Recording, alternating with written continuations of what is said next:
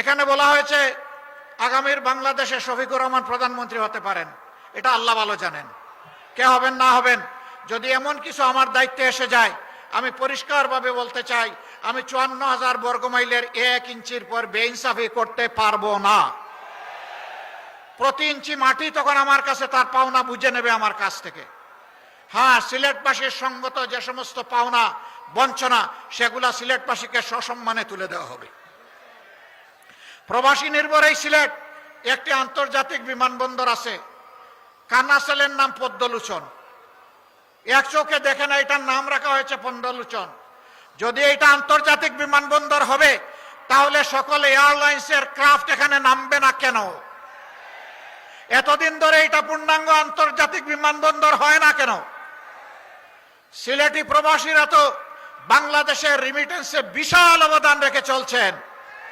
আমরা আপনাদেরকে কথা দিচ্ছি, ইনশাআল্লাহ এই উসমানী আন্তর্জাতিক বিমানবন্দর নামে নয়, কামে পূর্ণাঙ্গ হবে ইনশাআল্লাহ।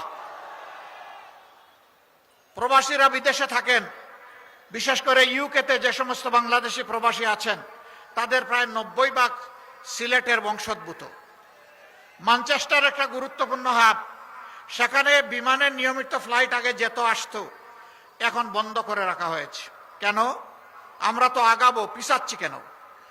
আমরা কি চিংড়ি মাছের দৌড় শুরু করেছি?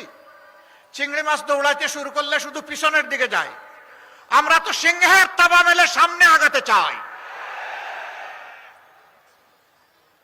রোড বন্ধ নয়, ওই রোডও চালু করা হবে, আবার নতুন নতুন লোড করা হবে ইনশাআল্লাহ।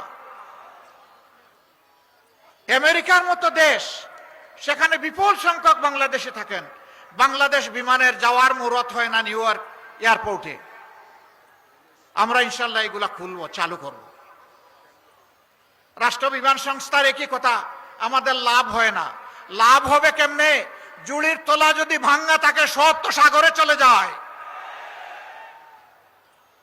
মহান আল্লাহর উপর ভরসা করে দুর্নীতির রোড যখন বন্ধ হবে, চাঁদাবাজি যখন বন্ধ হবে, তখন সকল উন্নয়ন হবে ইনশাআল্লাহ।